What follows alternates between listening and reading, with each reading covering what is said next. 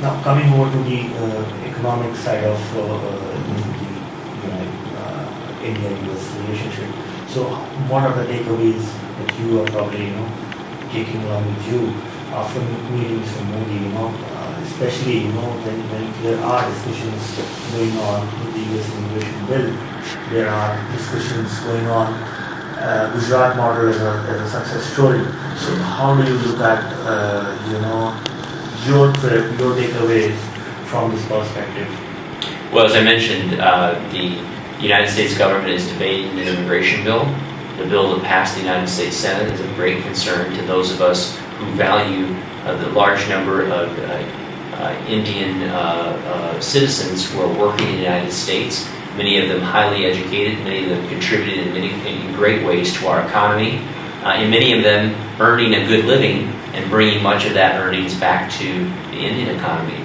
It's expected several $100 billion of income lost in GDP for the economy of India if we eliminate those work visas. And so the House of Representatives, of which I'm a part of, is very much committed to preserving those visas and growing those guest worker visas in any immigration bill that passes the House of Representatives. So it's something I'm keeping my eye on, and I'm committed to ensuring that those guest worker visas remain.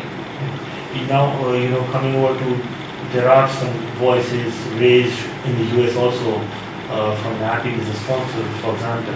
So how do you look at these voices will impact, especially when Mr. Modi is all set to visit US?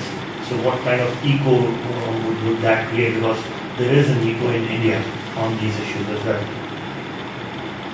Yeah, well, the Niappi Business Council is focused on fostering the business to India, the U.S. to India investment. So they are the ones who are constantly encouraging members of Congress to visit India. They are the ones constantly promoting the work of then Chief Minister, now Prime Minister Modi.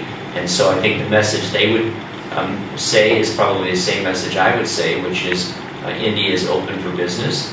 And people are optimistic that Prime Minister Modi will create that certainty in the central government that we saw in his local state that was enough certainty to cause people to build factories, to open up shop in his state. We want to see that kind of prosperity across the country. So people in India are also expecting the investments from the US to grow in India. So what kind of growth can we expect, in such, positive talks, looking at positive diplomatic talks? Well, people locate their business where their customers are. And so as there are more customers in India, there will be more businesses.